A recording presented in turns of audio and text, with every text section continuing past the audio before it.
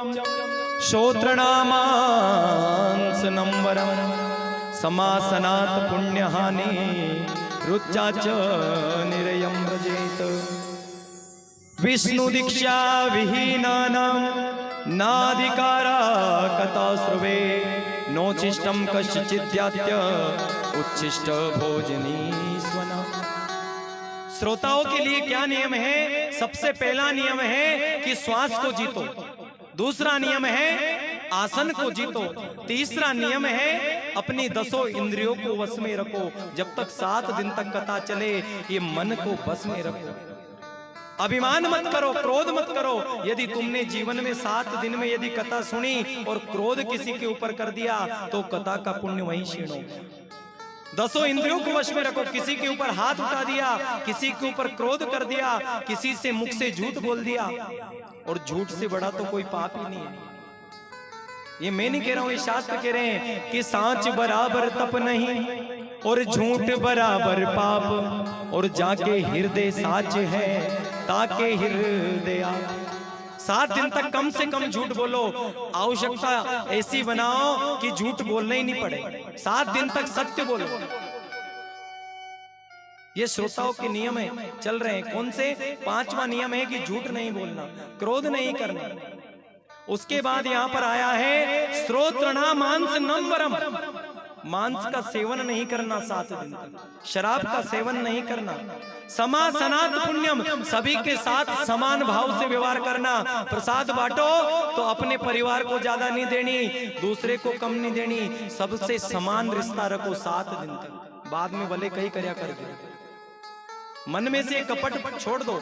और यहाँ पर आया है कि विष्णु दीक्षा विहीनानाम ना अधिकारा कथा श्रवे। जिसने गुरु नाम ना लिया हो, यदि ऐसा श्रोता भी कथा सुनता है तो उसे भी कथा का कोई पुण्य नहीं मिलता है। इसलिए गुरु नाम भी जीवन में लेना जरूरी है। बिना गुरु नाम के कथा सुनोगे तो वो कथा किसी काम की नहीं है। फिर 7वां अंतिम नियम क्या है? नोच शिष्टम कश्चिद्य यद्यात उचिष्ट भोजना सुना। गलत प्रकार का भोजन नहीं करना, 7 दिन तक लहसुन प्याज का सेवन नहीं करना, और कथा सुनोगे तो फिर ये भागवत की कथा आपका कल्याण जरूर करेगी, इसमें कोई दो राय नहीं। अगर 7 नियम धारण कर लिए, कौन कौन सा? श्वासों को जीत लिया, आसन सिद्ध कर लिया, 10 इंद्रियों को बस में कर लिया, किसी पर क्रोध नहीं करा, समान भाव का मन में समान सबके प्रति सच्ची भाव रख लिया, और गुरु मंत्र ले रखा हो, और 7वां लहसुन प्याज का त्याग करके भोजन 7 दिन तक स्वादिष्ट, उत्तम और सुशील सुंदर भोजन पकवान करोगे तो ये कथा आपको भवसागर से पार कर ही देगी। ये तो हो गए आपके नियम। अब बात आती है कि 5 जगह कभी खाली हाथ नहीं जाया जाता। शास्त्र में आया है क्या क्या? भगवान के द्वार पर, मंदिर में कभी खाली हाथ नहीं जाना चाहिए। चाहे जल का लोटा ले जाओ, 2 अगरबत्ती ले जाओ, नारियल ले जाओ, फूल ले जाओ, प्रसाद ले जाओ, कुछ भी ले जाओ, पर मंदिर में कभी खाली हाथ नहीं जाना चाहिए। दूसरा, गुरु के द्वार, गुरु जी के आश्रम, जहां भी हमारे गुरुजी, हम वहां गुरुजी के यहाँ जाते हैं तो गुरुजी के यहाँ कभी खाली हाथ नहीं जाना। तीसरा, बहन बेटी के घर हम जाते हैं, वहां कभी खाली हाथ नहीं जाना।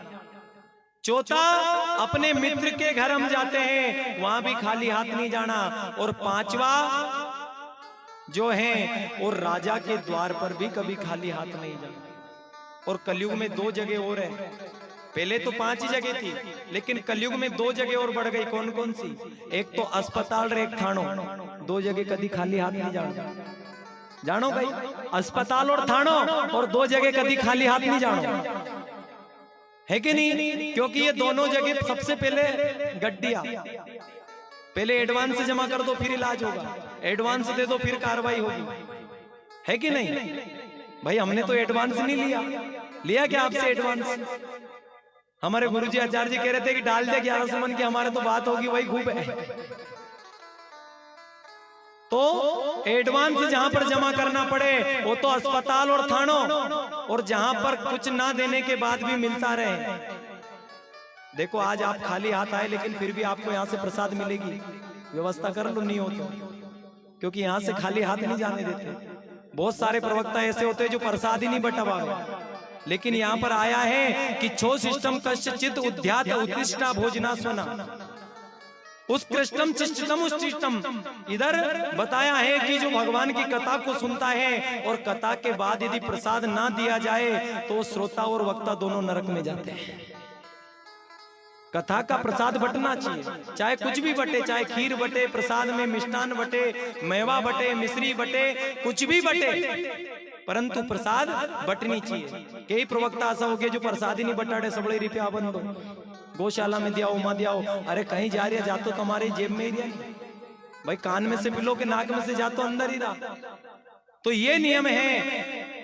और देखो, स्त्री मुखात ना श्रोतव्यम, माता बहनों मैं आपके लिए नहीं कह रहा हूं, जो शास्त्रोक्त बात है वो मैं कह रहा हूं। स्त्री के मुख से कभी भी कथा को श्रवण नहीं करना चाहिए। स्त्री मुखात ना श्रोतव्यम ना स्पर्शम भागवतम, सुनना तो दूर की बात, माता बहनों को तो भागवत को स्पर्श करने का भी अधिकार नहीं है।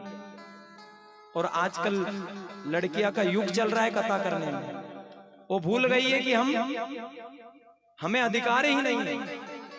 अगर अधिकार होता तो भैया खूब बिठाता, लेकिन अधिकार किसका है? विरक्तो वैष्णवो विप्र, ब्राह्मण भी तीसरे नंबर पर है कथा के लिए। सबसे पहले विरक्त संत, फिर दूसरे नंबर पर वैष्णव संप्रदाय से दीक्षित संत, तीसरे नंबर पर ब्राह्मण।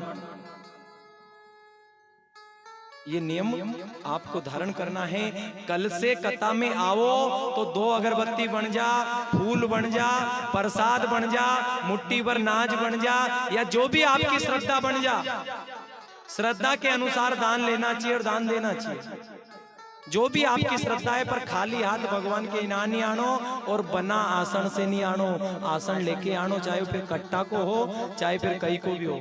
वैसे तो हमारे सभी ने व्यवस्था करी है, लेकिन टेंट में तो क्या है कि इन्हीं पे कोई दारू ढोल देता है मांडा में, कहीं ओसर में गंदी चीज ढोल देता है, कहीं ये तो दूसरी जगह भी जावे। तो अपना स्वयं का आसन साथ में लेके चलना चाहिए। जैसे हम आसन को साथ में लेके चलते हैं, वैसे कल से आप भी अपना अपना आसन लेकर के कथा में पधारे, खाली हाथ नहीं पधारे।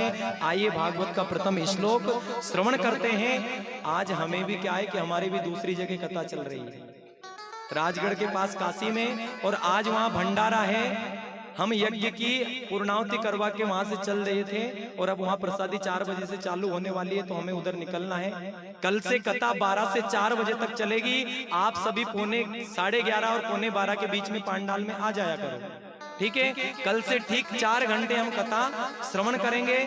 आज के लिए हम आपसे क्षमा चाहते हैं। 2 घंटे आप लेट हो गए, आधा घंटा पहले हम जा रहे हैं। 2.5 घंटा की कथा कल श्रवण करेंगे। आइए सभी हाथ जोड़ करके भागवत का प्रथम श्लोक श्रवण करें, और उसके बाद आरती, फिर प्रसाद